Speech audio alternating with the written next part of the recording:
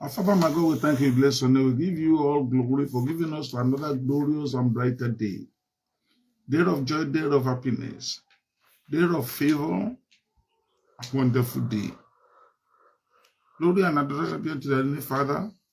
Receive our thanksgiving in Jesus' name. Amen. Father, before you stand this day, ready to land at thy feet, Holy Spirit, speak to us. Amen. Touch our innermost mind. Amen. Release your mind to us. Amen. And all those that you cannot but bless, those that are away, and those that are near, under this globe, Holy Spirit, we ask you to connect them. Amen. Speak, Lord. Amen. I'm hearing you. Amen.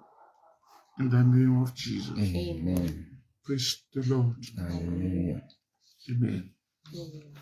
Good morning, good afternoon, good evening. Wherever you are, this is another blessed time and glorious time. Join us and be blessed. By His grace, we are talking this morning on a topic, see, gratefulness as a means to greatness. Pẹ̀lú òfin Ọlọ́run á sọ̀rọ̀ lórí àkòrí tó sọ wípé mímọ̀ore ní gẹ́gẹ́ bí ọ̀nà sí ìgbéga. Gratefulness as a means to greatness. Mímọ̀ore gẹ́gẹ́ bí ọ̀nà sí ibi gíga. The Lord will speak to our mind this morning. Ọlọ́run á bá wa sọ̀rọ̀, á sọ̀rọ̀ sí ọkàn wa lówùúrọ̀. Many times we want to get to somewhere, but we don't find out the way. Ọ̀pọ̀ ìgbà a máa ń fẹ́ dé ibì kan ṣùgbọ́n a kò mọ ọ̀nà. And the wrong way leads to nowhere than wrong place. Ọ̀nà tí kò dáa kò sí ibi tó yọrí sí ju ibi tí kò dára lọ. When you take a wrong way, you land at the wrong place. Tó o bá gbé ìgbésẹ̀ tí kò dára, ibi tí kò dára náà ló ti máa bá. If you are going somewhere, you first detect, find out the road. Tó o bá fẹ́ lọ síbì kan, wàá kọ́kọ́ ṣe àwárí ojú ọ̀nà ibẹ̀. Today people want to be great. Lónìí àwọn èèyàn ń fẹ́ láti di ńlá. But they abandon the way to. Ṣùgbọ́n wọ́n fi ojú ọ̀nà ìgbéga sílẹ̀. People doesn't know how to be grateful. Àwọn ènìyàn ò mọ̀ láti di ńlá. They like to be great. Wọ́n fẹ́ di ńlá. But they are ungrateful. Ṣùgbọ́n wọ́n jẹ́ aláìmoore. They never know how to say thank you. Wọn ò mọ bí wọ́n ṣe ń sọ wípé ẹ ṣé. A song says, don't forget to say thanks. Olórin kan sọ wípé má ṣe gbàgbé láti sọ pé o ṣé. If one will be great, especially from God, he must be grateful to God. Tí o bá fẹ́ fi ìmoore hàn, pàápàá jùlọ o gbọ́dọ̀ máa fi ìmoore hàn fún sí Ọlọ́run. We're going to share the story of 10 lepers this morning. A fẹ́ ṣe àjọpín lórí ìtàn àwọn adẹ́tẹ̀ 10 lówùúrọ̀ yìí. And we're going to read from the Gospel of St. Luke chapter 17. We read verses 17 to 19. A sì fẹ́ kà láti inú ìwé Luke orí 17 ẹsẹ̀ 17 títí dé 19. Then Jesus asked, were not all 10 cleansed? Were not all 10 cleansed? Were not all 10 cleansed? Where are the 9? Where are the 9? Àwọn 10 kọ́ ni a sọ di mímọ́, àwọn 9 yòókù á dà. Yes. Was there no one found to return and to recognize? Only one came back to say thanks. And give praise to God. And praise God. Ẹnìkan ṣoṣo yìí ló padà wá láti wá fi ọpẹ́ fún Ọlọ́run. And he said to him, get up and go on your way. Get up, go on your way. Your healing is permanent. Has restored you to health. Ó ní dìde kí o sì máa lọ, ìgbàgbọ́ rẹ mú ọ lára dá. Where are the 9? Níbo làwọn 9 tó kù wà? Where were they? Níbo ni wọ́n wà? Were they not among those that received healing? Ṣé wọn ò sí lára àwọn tí a mú lára dá? Do they think of saying big thanks to God? Ṣé wọn ò ronú láti fi ọpẹ́ ńlá fún Ọlọ́run? Do they ready to return back unto the Lord and say thanks? Ṣé wọn ò ṣetán láti padà lọ sí ọ̀dọ̀ Olúwa láti sọ wípé ó ṣé? Gratefulness as a means to be greatest. Mímore ọ̀nà sí dídí ńlá. We have the story of these 10 lepers. A ní ìtàn àwọn adẹ́tẹ̀ 10 yìí. We can't say how long they have been in that situation. Èmi ò mọ ìgbà tí wọ́n ti wà nínú ìṣẹ̀lẹ̀ yìí tí wọ́n wà. We don't know what they have been experiencing. Èmi ò mọ nǹkan tí wọ́n ti ní ìrírí rẹ̀. But one of the things we know is that they have been under that oppression for many years. Ohun kan tí a mọ̀ ni wípé wọ́n ti wà nínú ìpọ́njú yìí fún ọ̀pọ̀ ọdún. They have formed, company. Wọ́n ti kó ara wọn jọ pọ̀. They were 10. Wọ́n jẹ́ 10. They were going about begging for Wọ́n ń lọ alms. káàkiri láti máa bẹ̀bẹ̀ fún ohun tí wọ́n ń fẹ́. That has been only their daily duties. Eléyìí ni ó jẹ́ ojúṣe wọn lójoojúmọ́. Failure to do that, Ìjákulẹ̀ láti ṣe they nǹkan will not eat. wọn ò ní jẹun. And some of the things that condition disqualify them is from community. Ohun tí ó sì mú wọn kí wọ́n má lè rí nǹkan wọ̀nyí náà ní àyíká àti agbègbè tí wọ́n wà. The thing that condition puts them. Ohun tí ìpele tí wọ́n wà yìí tó mú wọn. Yorùbá ṣe wù bẹ́gbẹ́ pé a leper doesn't stay in city. Àwọn adẹ́tẹ̀ ò kì í gbé láàárín ìlú. They don't stay in the midst of people. Wọn ò kì í gbé láàárín àwọn ènìyàn. Even if they have family, Bí wọ́n tiẹ̀ ní àwọn they will not be allowed to relate with them. wọn ò ní lè fààyè fún wọn láti bá They wọn were gbé. walking isolated. Wọ́n máa ń dá gbé ni. And the people like them were the only people they joined together. Àwọn ènìyàn bí èyí náà ni àwọn tí wọ́n jọ kóra wọn jọ pọ̀. And on that glorious day, Ní ọjọ́ ológo yìí, they were just going. wọ́n ń lọ. And they come across Jesus. Wọ́n sì pàdé Jésù. I pray that as you are listening to me, you will come across God who favored you. Mo gbàdúrà wípé bí o ṣe ń gbọ́ mi báyìí, wàá pàdé Jésù Olúwa wa. God will show mercy on you. Ọlọ́run á fi àánú hàn ọ́. These people doesn't achieve anything. Kò sẹ́nì kankan tó lè gba nǹkan báyìí. Nobody among them, they were just going. They knew that they were not qualified for this thing. Àwọn tí wọ́n jọ ń lọ, wọ́n ń lọ ni wọ́n sì mọ̀ wípé àwọn ò yẹ fún nǹkan wọ̀nyí. They asked for the mercy of God. Wọ́n wá béèrè fún àánú Ọlọ́run. In verse 13, let's listen to verse 13 and see their request. Verse 13. Ẹ jẹ́ ká wo ẹsẹ̀ 13. That goes of St. Luke chapter And they 17. lifted up their voices They lifted up their voices and said, Jesus, Master, have mercy on us. listen to them, have mercy.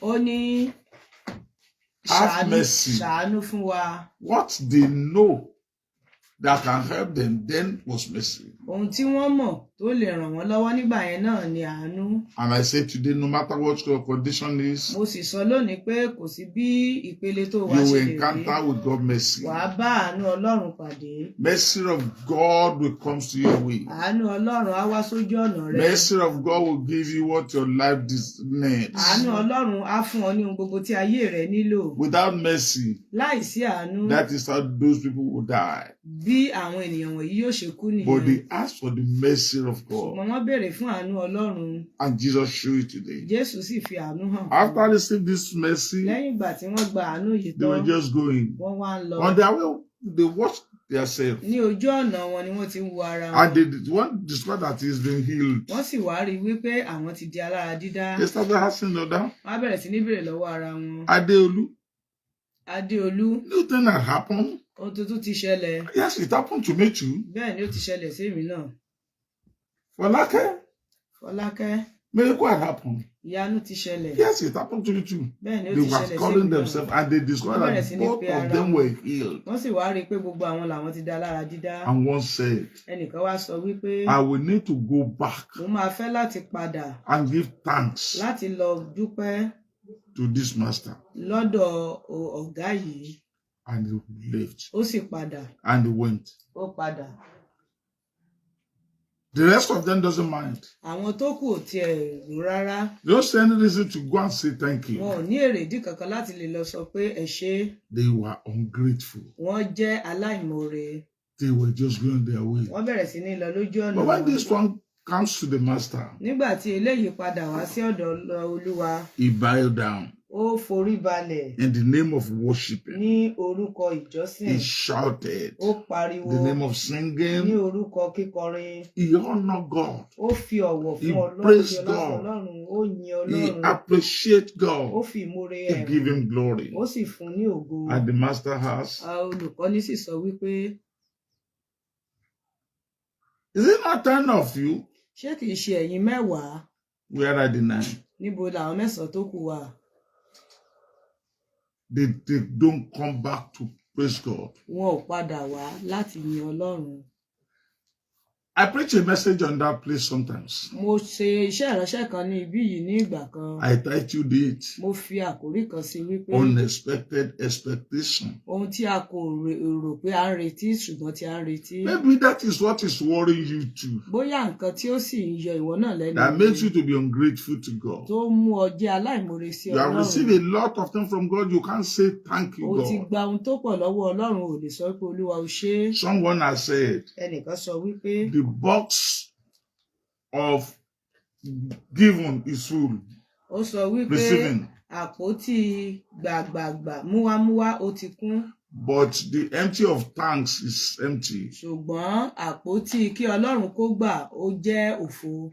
Are you not among the people that are derived God of his right? Ṣé o sí láàárín àwọn ènìyàn tí wọ́n ń ja Ọlọ́run lólè What your ẹ̀tọ́ rẹ̀? capacity cannot do that God did for you. Ohun tí agbára rẹ ò ká tí Ọlọ́run ṣe fún ọ. Do you come in return to say thanks? Ǹjẹ́ o ti padà wá láti wá sọ wípé ó It's ṣe very dangerous. ó jẹ́ ohun tó léwu? It's very dangerous. Ó jẹ́ ohun tó léwu. These 9 people, they don't see any reason for say thank you. Àwọn ènìyàn mẹ́sàn-án tó kù yìí wọn ò rí èrèdí láti sọ Book wípé of Olúwa First ṣe. Thessalonians, Ìwé Tẹsalóníkà kínní chapter 5 orí 5 and verse 18. ẹsẹ̀ 18. It reads, Thank God in everything. in everything, Ó thank ní nínú God. ohun gbogbo ẹ máa dúpẹ́. You sleep, you wake in peace. Tó o bá ti sùn tó o jí lálàáfíà, Do you say thank you, God? ǹjẹ́ ó sọ wípé Olúwa o ṣé? You traveled, you come back home safely. Ó rìnrìn àjò ó padà wá láyọ̀. Do you say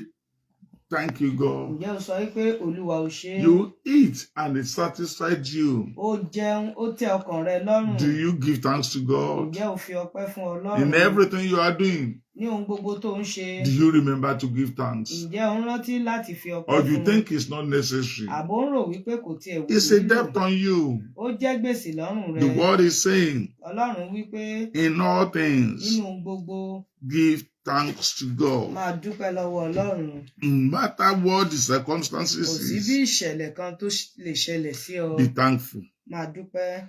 Your being alive is a special grace. Wíwà láàyè rẹ ó jẹ́ oore ọ̀fẹ́. The cloth you wear, Aṣọ tó ń wọ̀ it demand praise, thanks. ó yẹ kó dúpẹ́ lé lórí. Among your family, Láàárín àwọn ẹbí rẹ, God is protecting them. Ọlọ́run ń pa ọ́ mọ́. God deserves thanks. Ọlọ́run ní ọpẹ́ láti gbà.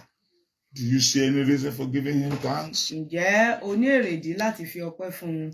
God said, Ọlọ́run wípé thank God in everything. ó ní kí a máa dúpẹ́ nínú ohun gbogbo. No matter what the circumstances may be, Kò sí bí ìṣẹ̀lẹ̀ àyíká ṣe lè rí. be thankful and give thanks. For this is the will of God for you. Máa dúpẹ́ nítorí pé eléyìí ni ìfẹ́ Ọlọ́run fún ayé rẹ. It is the will of God for you. Ó jẹ́ ìfẹ́ Ọlọ́run fún ọ. For everything God is doing for you. Fún ohun gbogbo tí Ọlọ́run ti ṣe fún ọ. Rain falls at his time for you. Òjò ń rọ̀ ní àkókò rẹ̀ fún ọ. Sun at his time. Oòrùn ní àkókò rẹ̀. Danger moving here and there. Ewu ń lọ káàkiri. But you are not affected. Ṣùgbọ́n kò bá ọ. And still you don't see any reason to give thanks to Ó wá God. sọ wípé kò sí èrèdí kankan fún ọ All láti what yin you are Ọlọ́run. saying is that he has not done this, he has not done that. Ohun tí o kàn ń sọ ni pé kò tíì ṣe léè, kò tíì ṣe tọ̀hún. Come and do this, come and do that. Wá ṣe léyìí, wá ṣe tọ̀hún. Have you given thanks for the one he has done? Ṣé o ti fi ọpẹ́ fún ohun tó ti ṣe? These 9 lepers got a new body. Àwọn adẹ́tẹ̀ 9 tó kù yìí wọ́n ní ara tuntun mìíràn. Access to every good thing they have lost. Wọ́n ní àǹfààní sí ohun rere gbogbo tí wọ́n ti They can now be walking in the midst of community. Wọ́n lè rìn láàrin àwọn ẹgbẹ́ wọn báyìí. They can be eating with other people. Wọ́n lè jẹun pẹ̀lú àwọn ènìyàn tó kù. They can now rejoicing with other people. Wọ́n lè yọ̀ pẹ̀lú àwọn ènìyàn tó kù. But they have not seen the reason to say thanks. Ṣùgbọ́n wọn ò ní èrèdí láti sọ wípé Olúwa Brother and sister, arákùnrin arábìnrin, to be great, láti di ńlá, you must be grateful. o nílò láti moore. You must know how to say thanks. O gbọ́dọ̀ mọ bí a ṣe ń sọ wípé o Your ṣé. thanks will bring a lot of goodness to you. Ìdúpẹ́ rẹ yóò mú oríire wá fún ọ. Now, the place of thanks in our success. Báyìí, ipò ìdúpẹ́ nínú àṣeyọrí wa. And in the text of this message, Nínú Bíbélì kíkà tá a kà we sí heard sínú of 10 lepers a gbọ́ nípa àwọn adẹ́tẹ̀ 10 that were healed, tí wọ́n mú lára dá. but that 9 had been seen no reason for thanking God. Tí àwọn 9 ò tiẹ̀ ní èrèdí láti wá dúpẹ́ lọ́wọ́ And we Ọlọ́run. heard what Jesus said. A sì gbọ́ ohun tí Jésù Olúwa sọ. What kind of person are you? Irú ènìyàn wo ni ìwọ ṣe? Do you see any reason to give thanks to God for what He has been doing for you? Ǹjẹ́ o ní èrèdí láti dúpẹ́ fún gbogbo tí Ọlọ́run ti ṣe fún ọ? Let's look at the life of David. Ẹ jẹ́ ká wo ìgbé ayé Dáfídì. Psalm 89, Nínú ìwé orin Dáfídì orí 99 from verses 1. láti ẹsẹ̀ ìkíní. Yes, I will sing unto the mercies of the Lord. I will sing of the mercies of God. Èmi ò máa kọrin àánú Olúwa Forever. For not for a day, not for a Kì í ṣe week, ní ọjọ́ forever. kan, ní láéláé ni. But many people they did not to sing worthy song. Ṣùgbọ́n ọ̀pọ̀lọpọ̀ ni ò ṣetán láti kọ They orin. know how to sing worthy song, Wọ́n mọ bí wọ́n ṣe ń kọ orin ayé. but they will not see that they need to sing unto the Ṣùgbọ́n Lord. wọn ò ní mọ bó ṣe ń kọ orin sí They know Ọlọ́run. every worthy song. Wọ́n mọ They oríṣiríṣi dance to orin ayé. every song, Wọ́n máa ń jó sí but gbogbo they orin never ayé. have time to sing Ṣùgbọ́n unto wọn the ò lè Lord. kọ But orin sí David is saying Ọlọ́run. here, Ṣùgbọ́n Dáfídì ń sọ I will níbí sing unto the Lord yìí. forever. Ó lè Yes, kọ orin àánú Ọlọ́run láéláé. With my mouth will I make known thy faithfulness with to all my generations. mouth I will tell the word about your goodness. Ẹnu mi lèmi ò fi máa fi òtítọ́ rẹ̀ hàn Yes. láti ìrandíran. For I have said, mercy shall be built up forever. Amen. Thy faithfulness shall thou establish in the very heavens. Amen. I have made a covenant with my It's a covenant with my chosen. Ó jẹ́ I have májẹ̀mú. sworn unto David my servant. God. Then when he was praising God, God made covenant with him. Nígbà tí ó ń kọrin, Ọlọ́run ń bá a dá májẹ̀mú. But sorry, Ṣùgbọ́n ó ṣe after sometimes, ní ọ̀pọ̀ ìgbà. when David enjoying God greatly, Nígbà tí Dáfídì gbádùn Ọlọ́run if dáradára, he related, ó ṣe bí ìgbà tó fẹ́ rẹ̀ ẹ́. if he relented, Ó sinmi. and when he changed his way, Nígbà tó yí ọ̀nà rẹ̀ God padà, himself changed his way. Ọlọ́run náà tún yí Let's ọ̀nà read rẹ̀ from padà. verse 38. Ẹ jẹ́ ká kà láti ẹsẹ̀ ìkejìdínlógójì. That verse 38, Okay. the same But chapter. thou hast cast off an abhor. Thou hast been what with thine anointed. see now, he's now complaining. You have casted me. You have abandoned your anointed one. Ó wá When, bẹ̀rẹ̀ sí ní ṣàwáwí báyìí pé o ti fi mí when he sílẹ̀. feel happy, he was praising God. When he was, balanced, he forgot about Nígbà tí praising God. inú rẹ̀ dùn, ó yin Ọlọ́run, ṣùgbọ́n nígbà tí nǹkan ò wá lọ déédéé mọ́, ó gbàgbé Ọlọ́run. Nothing kan tó gba ara tù. Nígbà tí ara tù tán, Ara wa tù kò sẹ́lẹ̀ ọmọ. nígbà Kò tí ara yin tù mọ́. tán kò wá yin Ọlọ́run. Ọlọ́run àwa change sí. God Ọlọ́run change náà wá him. yí padà sí i. Now see what is now. Now Ẹ wá listen gbọ́ to his nǹkan tí complaining now. Ọlọ́run tí ó Thou wá sọ. hast made void the covenant of thy servant. Is it God that breaks the covenant or David himself? Ó ní ṣé Ọlọ́run ló pa májẹ̀mú rẹ̀ dà ní àbí Dáfídì? When you are faithful to God, when you are praising God, things is going well, but you abandon and things is now running down. You are now saying God is now breaking his covenant. Nígbà tí o bá yin Ọlọ́run tí Ọlọ́run ṣe dáadáa fún ọ, ní ẹ̀yìn ìgbà yẹn tí ìwọ ò bá wá ṣe dáadáa mọ́ tí Ọlọ́run wá yí padà, wàá wá bẹ̀rẹ̀ sí ní máa Now, ṣe àwọn yes, ọ̀rọ̀. read complaining. Thou hast profaned his crown by casting it to the ground. Who does that? Ta ló ṣe eléyìí? Is fault from God? Ṣé àṣìṣe wá látọ̀dọ̀ Yes. Ọlọ́run ni? Thou hast broken down all his edges. So his edges can be broken. ṣé ọgbà rẹ̀ lè fàya bí? He caused it.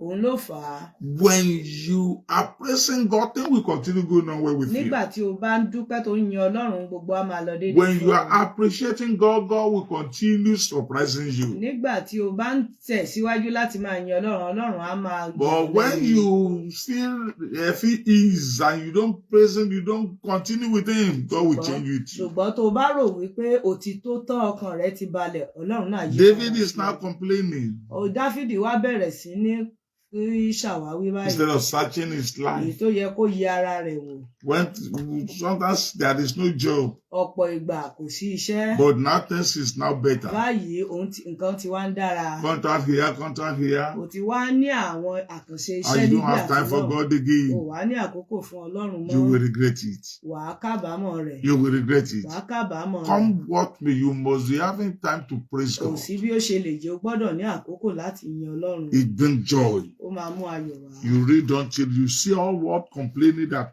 Wà á wá tó bá kà sísàlẹ̀ wà á rí oríṣiríṣi àwọn àwáwí tí Dáfídì ṣe. with praise the Lord. Hallelujah. With all the promises of God to David, when God dealt with him, he started praising God. When he was praising God, God bless him. When he looked down, God changed the mind. Nígbà tí Dáfídì yin Ọlọ́run, Ọlọ́run ń ràn lọ́wọ́, ó sì ń fún ní ohun tó fẹ́, ṣùgbọ́n ní ìgbà tí ó rẹ̀wẹ̀sì tára tù, Ọlọ́run náà yí padà sí i. If you want to be great, Tó o bá fẹ́ di ní ńlá, learn how to be grateful. kọ́ bí a ṣe mọ̀re. It is Yoruba attitude, Ó jẹ́ ìwà àwọn Yorùbá. and it's strong. It's not. Kò sì dára. When you thank him for something, Tó o bá dúpẹ́ lọ́wọ́ rẹ̀ pé thank kó for what ṣe, you did yesterday. pé ẹ ṣeun. If you say it doesn't matter, A ní ẹ̀kútọ́ pẹ́. he's lying. Irọ́ ló ń pa. If you don't thank him, Tó o bá dúpẹ́ lọ́wọ́ rẹ̀, he will call you ingrate. a sọ fún ọ wípé aláìmoore ni And ọ́. I do this, I do that. He doesn't say Mo ṣe thank léyìí, you. mo ṣe tọ̀hún. But he said that it doesn't matter. Ṣùgbọ́n báyìí ó sọ wípé kò tọ́pẹ́. So that if you ask these 9 lepers, Tí o bá wá béèrè lọ́wọ́ àwọn what they will say is the same. adẹ́tẹ̀ mẹ́sàn-án yìí, nǹkan tí wọ́n máa sọ God doesn't tell us to come and give Ọlọ́run sọ thanks. fún wa wípé ká wá dúpẹ́ lọ́wọ́ òun. He did it free. Ó ṣe é lọ́fẹ̀ẹ́ ni. You receive miracle. Ó gba ìyanu. You don't know that somebody does it. O mọ̀ wípé ẹnìkan ló ṣe é. Let's be grateful. Ẹ jẹ́ kí a máa If you are grateful, Tó o bá more, God will make us great. Ọlọ́run á sọ ọ́ di ńlá. Some truth we need to know. Àwọn òtítọ́ kan tí a gbọ́dọ̀ mọ̀. There are 3 times in life. Ìgbà mẹ́ta kan wà ní ayé. Number 1, Ìkíní, the time of nothingness. ìgbà tí kò sí ohunkóhun. John 21:15. Ìwé Jòhánù orí When the kọkànlélógún disciples ẹsẹ̀ were going, ẹsẹ̀ ìkarùndínlógún. Jesus asked them, Jésù bí wọ́n children léèrè, having food there. ẹ̀yin ọmọ wẹ́wẹ́ ṣe lóúnjẹ They níbẹ̀ said, we yẹn. don't have food. Wọ́n sọ wípé a ò ní nǹkan kan. At another time, number 2 Ní time, ọ̀nà mìíràn, ní time of ìgbà kejì, littleness. àkókò ohun kékeré. Matthew 14:7. Ìwé Mátì orí kẹrìnlá They asked ẹsẹ̀ them, ìkẹtàdínlógún. They said, we don't have more but 5 loaves and the 2. Ó béèrè lọ́wọ́ Fish. wọn, wọ́n ní a kò ní ṣùgbọ́n kékeré díẹ̀ la ní. In book of book of 1 Kings chapter 17, 9-12. Ìwé àwọn ọba kìíní orí Then the ìkẹtàdínlógún third ẹsẹ̀ kẹsàn-án sí time, ìkejìlá. time Ìkẹta, of surplus. àkókò ọ̀pọ̀. God raises man from nothing to something. Ọlọ́run máa ń gbé ènìyàn dìde láti inú kò sí nǹkan But sí do you nǹkan. learn how to thank him? Ṣùgbọ́n ǹjẹ́ ìwọ ń kọ́ bí a ṣe ń dúpẹ́? Are you not permanently staying at that number 1 stage? Ṣé ìwọ ò wá dúró ní ìpele àkọ́kọ́ yìí bí? Time of nothingness. Ní àkókò tí ò sí You nǹkan don't kan have rárá. everything. You don't have nothing to use to give thanks to O God. ò ní nǹkan kan láti fi fún Ọlọ́run láti No fi money. dúpẹ́. Kò sí owó. If there is no money, Tí ò bá tiẹ̀ sí what owó, of your song? ìwọ orin rẹ ń kọ́. No song, Kò sí orin, no praises, kò sí ìyìn, no this. kò sí eléyìí. You will stay long in that nothingness O stage. máa pẹ́ ní ìpele kò sí nǹkan kan yìí. The third time is time of plus plenty. Àkókò ìgbà ìkẹta òun náà ni ìgbà ọ̀pọ̀. They gathered, John 6:11-13, so they gather ìwé Jòhánù orí kẹfà And ẹsẹ̀ kọkànlá sí God said, ìkẹtàlá. keep the rest. Ó ní kí wọ́n kó ìtókù àjẹkù kí They wọ́n should kó, not allow anyone to be kí wasted. wọ́n má ṣe fi ohunkóhun They ṣòfò. have more than enough. Wọ́n sì ní ju bí wọ́n ti lérò That lọ. woman, that widow woman, Obìnrin opó in 2 Sáréfátì, Kings chapter 4, obìnrin opó ni nínú ìwé she, àwọn ọba kejì orí ìkẹrin. she went to the prophets Ó lọ bá out of nothing. ó lọ bá wòlíì nínú kò sí And nǹkan. later she became someone controlling plenty things. Ṣùgbọ́n lẹ́yìn rẹ̀ ó wá di ẹni tó ń ṣe Have you ìdarí ohun learned tó how pọ̀. to give thanks to God? Ǹjẹ́ ìwọ ti kọ́ bí a ṣe ń fi ọpẹ́ fún If you Ọlọ́run? are giving thanks to God, you become plenty. Tí o bá ti ń fi ọpẹ́ fún Ọlọ́run, wàá máa di You púpọ̀, become great. wàá máa di ní ńlá, You become mighty. wàá di ní ńlá. There is time for everything. Àkókò wà fún ohun gbogbo. And God will help us. Ọlọ́run á sì ràn wá lọ́wọ́. What are the reasons why many doesn't see any reason for praising God? Kí ni ìdí tí ọ̀pọ̀lọpọ̀ ò fi ní èrè ìdí láti máa yin Ọlọ́run? Number one, Ìkíní, lack of òun appreciation. náà ni àìmoore. Look at those 9 lepers. Ẹ jẹ́ ká wo àwọn They don't adẹ́tẹ̀ appreciate. They don't appreciate what God did for them wọn ò mọ rírì ohun tí Ọlọ́run ṣe fún wọn because they lack nítorí appreciation. wípé wọn kò moore. That stage is a terrible time. Ìpele tí wọ́n wà yẹn jẹ́ ìpele tó lágbára. They can lose what they have. Wọ́n lè pàdánù gbogbo tí wọ́n ní. Of course, they will. Bẹ́ẹ̀ ni wọ́n sì máa. Look at the one that came back to thanks. Ẹ jẹ́ ká wo eléyìí tó padà wá yin God Ọlọ́run. permanent his miracle. Ọlọ́run mú ìyanu rẹ̀ kó wà God títí. ordered it Ọlọ́run fi àṣẹ fún un. and he become free forever. Ó sì di ẹni tí a mú lára dá That is the pátápátá. blessing of thanking. Eléyìí ni ìbùkún tó wà nínú Number ká 2 máa reason dúpẹ́ lọ́wọ́ Ọlọ́run. why some people doesn't praise God. Èrè ìdí kejì tí ọ̀pọ̀lọpọ̀ ò fi ń ráyè láti yin They Ọlọ́run. look at situation around them. Wọ́n máa ń wo ìṣẹ̀lẹ̀ tó wà láyìíká Exodus wọn. 15, Ìwé Ẹ́xódù orí verse 18 karùndínlógún to 24. ẹsẹ̀ ìkejìdínlógún títí dé ìkẹrìnlélógún. God led Israel through Red Sea, Ọlọ́run mú àwọn ọmọ Ísírẹ́lì la Òkun Pupa já where no one had ever been before. níbi tí ẹnikẹ́ni ò tí ì rìn rí. They saw the army of Pharaoh coming at the back, Wọ́n rí àwọn ọmọ ogun Fáráò ń bọ̀ lẹ́yìn wọn. water in their Wọ́n rí front. Òkun Pupa ní iwájú wọn. They were confused. Wọ́n ti pòrúurú. They don't know what to do. Wọn ò mọ ohun tí wọ́n máa ṣe They mọ́. can't do anything to their safety. Wọn ò lè ṣe ohunkóhun fún ìgbàlà wọn. But God paved the way. Ṣùgbọ́n Ọlọ́run la ọ̀nà. They went through the Wọ́n red land. wọ́n rin ilẹ̀ gbígbẹ já. Behold, after their passing, Lẹ́yìn ìgbà tí wọ́n jáde, they started complaining. wọ́n wá tún bẹ̀rẹ̀ sí ní ṣe àwáwí mìíràn. Some things in the environment doesn't allow some people to appreciate God. Ohun tí ó wà ní àyíká ọ̀pọ̀lọpọ̀ ni kò jẹ́ kí ọ̀pọ̀lọpọ̀ kó ní Instead ṣe of thanking ìfimúre. God for what He has done, Èyí tó yẹ kí wọ́n máa dúpẹ́ lọ́wọ́ Ọlọ́run fún ohun tó ti ṣe. they started complaining. Wọ́n bẹ̀rẹ̀ sí ní The kọ̀. Bible said they got to Mara. Bíbélì sọ wípé wọ́n dé Márà. There they were weeping. Níbẹ̀ ni wọ́n ti ń sunkún. Some were complaining. Àwọn kan ń kùn. Some started rebuking the Àwọn leaders. kan bẹ̀rẹ̀ sí ní bá adarí wọn wí.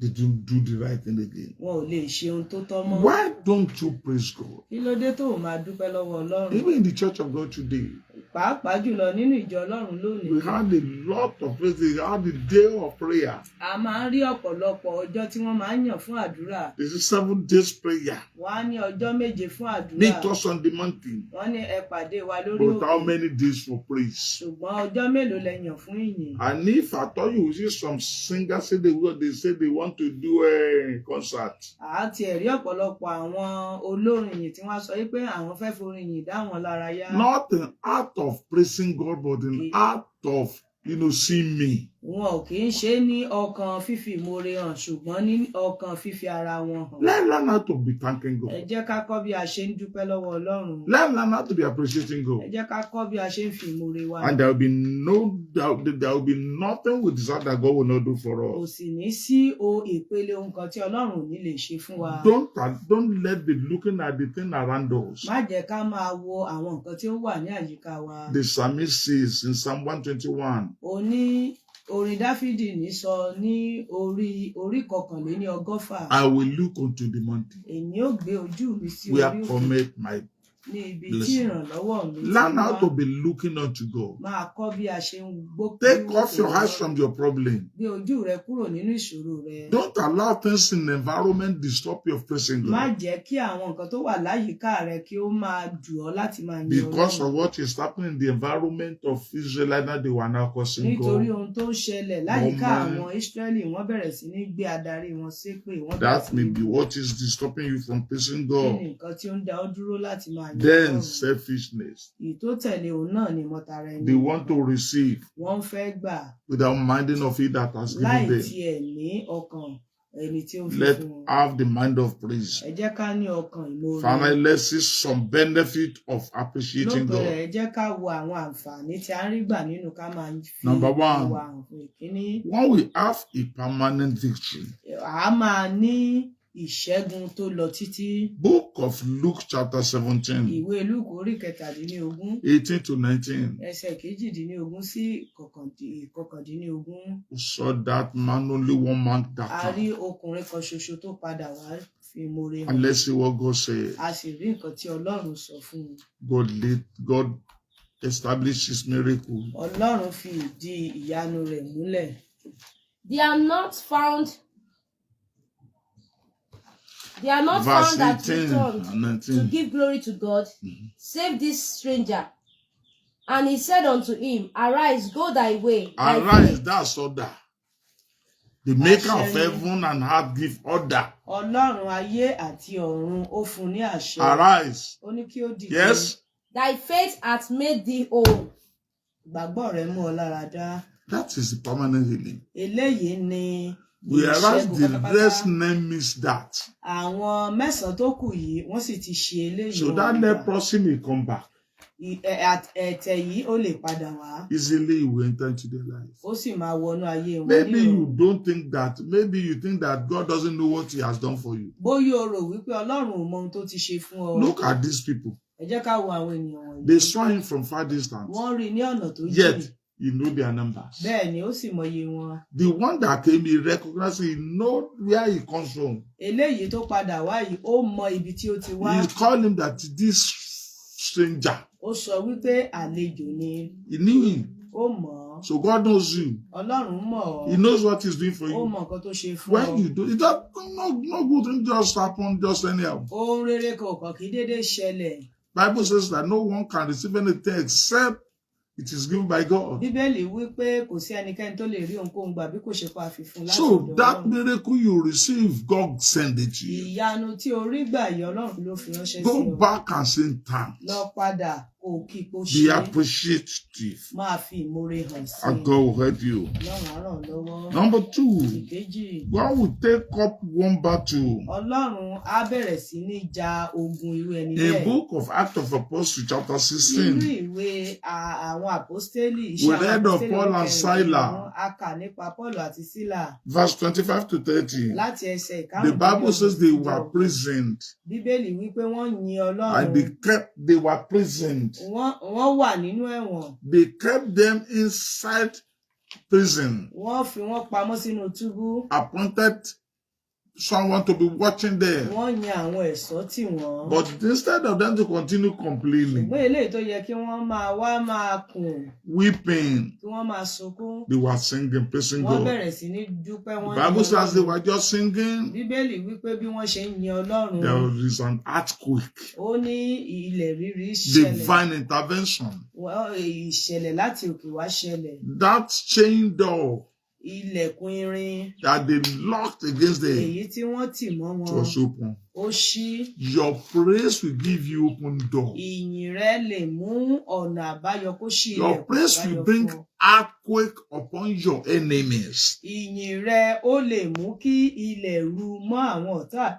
What your prayer cannot give, your praise will give it. Ohun tí àdúrà rẹ kò lè mú wá ìyìn rẹ The lè battle mú wá. that your prayer cannot conquer, your praise will conquer it. Ogun tí àdúrà rẹ ò lè ṣẹ́, ìyìn rẹ lè ṣẹ́. And so God set these people free Bẹ́ẹ̀ ni Ọlọ́run sì tú àwọn ènìyàn wọ̀nyí because sílẹ̀ of their appreciation to nítorí God. ìyìn wọn.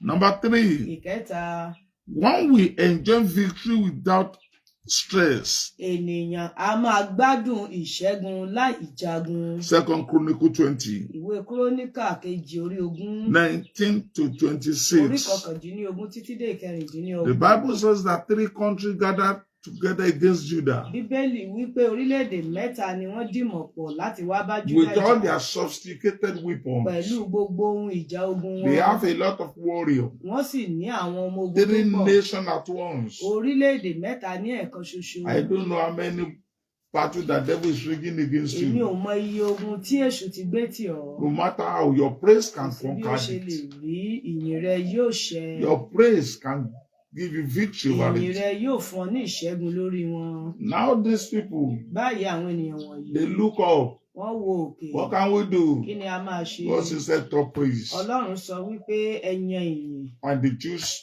people among them Wọ́n to sì praise yan God. àwọn ènìyàn láàrin wọn láti máa yan As Ọlọ́run. they were started Bí praising wọ́n sì God, bẹ̀rẹ̀ sí ní yan the Ọlọ́run. Bible says God sent an ambushment against the Bíbélì enemy. wípé Ọlọ́run sì yan ogun ẹ̀yìn tì wọ́n. And all these 3 nations faces each other Gbogbo àwọn orílẹ̀-èdè mẹ́tẹ̀ẹ̀ta yìí sì kọjú sí ara with their wọn weapon. pẹ̀lú ohun ìjà ogun wọn. They don't face Jew. There's only one among Judah. Wọn ò sì kọjú sí ọ̀kan nínú àwọn Júdà. And they destroyed each other. Wọ́n sì pa ara wọn run. And it remained one of the nation. Ó wá ku ẹnìkan. And they helped themselves to kill Wọ́n sì themselves. ran ara wọn lọ́wọ́ láti pa ara wọn. Instead of Judah to continue wasting their efforts, Èyí tó yẹ kí Júdà kí wọ́n máa wá yọ ara wọn lẹ́nu. they started carrying booty Wọ́n bẹ̀rẹ̀ sí ní kó ìkógun. here and there Wọ́n bẹ̀rẹ̀ sí ní kó ìkógun. for 3 days. Fún ọjọ́ mẹ́ta. From one to be gathering good things for 3 days, you know what that means. Kí ènìyàn kan tó máa kó ohun rere kan jọ ní odidi ọjọ́ mẹ́ta lè mọ nǹkan And tó on the jẹ́. 4th Ní day, ọjọ́ kẹrin. they got to a place that they call the Valley of Blessing. Wọ́n dé ibì kan tí a ń pè ní àfonífojì Your ìbùkún. place will set blessing for you.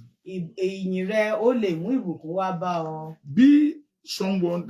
Be a grateful someone, not someone that continue murmuring here and there. Jẹ́ ẹni tí ó more, má ṣe jẹ́ ẹni tó máa kùn káàkiri. By that, Nípa èyí, you will enjoy God blessing. wàá wá gbádùn ìbùkún Ọlọ́run. So these people receive blessing. Àwọn ènìyàn wọ̀nyí rí ìbùkún gbà. They enjoy victory without stress. Wọ́n gbádùn ìṣẹ́gun láì ná They wọn don't use just one bullet. Wọn ò lo ohun ìjà ẹyọ kan. And for uncommon blessing will come Ní to you. ẹ̀yìn rẹ̀, òun náà ni ìbùkún tí ò wọ́pọ̀ á wá wá.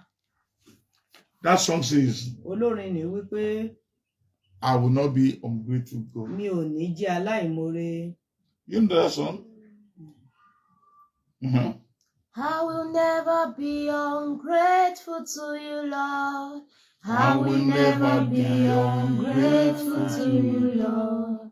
I will never be ungrateful to you, Lord. I will never be ungrateful to you, Lord. I will never be. I will never be. I will never be ungrateful to you, Lord. I will never be. I will never be. I will never be ungrateful to you, Lord. You should not be an ungrateful. O ò gbọ́dọ̀ jẹ́ So for you aláìmoore. to see today, Fún ọ kó o tó rí lénìí, you have to give thanks to o God. nílò láti fi ọpẹ́ fún Ọlọ́run. And you can never be great O ò sì lè di ní ńlá unless you be grateful. láì ṣe wípé o bá jẹ́ I ẹni tó pray that God moore. will give you grateful mind. Mo gbàdúrà wípé Ọlọ́run á fún ọ ní ọkàn ìmoore. I pray that God will help you to be Mo giving thanks to gbàdúrà wípé God. Ọlọ́run á fún ọ ní ọkàn láti máa dúpẹ́ lọ́wọ́. Gratefulness as it means to Ní greatness. moore ní ọ̀nà sí dídi ní ńlá. So I pray. Ẹ jẹ́ kí á gbàdúrà. Our Father, we appreciate you for giving us this ministry. Thank you, Father. Receive our thanksgiving in Jesus' name. Amen. We thank you for every good thing you have been given. Thanks for the one you are giving now. Thanks for what you will give. We appreciate you. We thank you for our free salvation. We thank you for the joy. We thank you for the assurance of heaven you have given to us. Blessed be thy name, Father. We thank you all the challenges of life that you have subdued for us. We are going from victory to victory. We are rejoicing in you. You are giving us our daily bread. Thank you, Father. We appreciate you. Receive our thanksgiving in Jesus' name. Amen. Lord, I pray to the grace that I will not be ungrateful. Grace to be blessed, to be praising you all the time. Grant us, Father. Amen. I pray for your people today. Is there any challenges on their way? Grace that they will go and praise you and they will conquer that challenges. Father, grant us in Jesus' name. Amen. Glorify yourself, Father. Amen. Honor yourself, Father. Amen. Thank you, Lord. For we pray in Jesus' name. Amen. Praise God. Hallelujah. Amen. Amen. You may have questions O lè ní ìbéèrè you sent to us. fi ránṣẹ́ sí wa. Our address remains the same. Ẹ̀rọ ìbánisọ̀rọ̀ àbákan náà. 08034 011 356. 08034011356. Finger of the Lord Ministry. Iléeṣẹ́ ìránṣẹ́ ìkan Olúwa. God bless you. Ẹ̀jẹ̀ alábùkún fún. Amen. Amen.